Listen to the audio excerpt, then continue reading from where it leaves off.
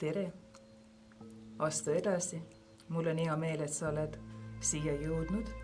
Võta istet minu vastu ja ma näen, et sa võib-olla oled huvitatud sellest, mis toob sinu tulevik, lähitulevik, mis põnevaid asju ta ette veeretab ja selleks mina siin ennustan ja proovin ka sulle ennustada, mis see aasta toob.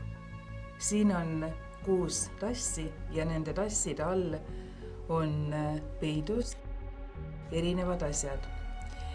Aga selleks, et ma saan edasi rääkida, mis siin sel aastal ees ootab, sa tee valik kas siis nende 3 tassi vahel või siis nende 3 tassi vahel ja anna mulle sellest teada.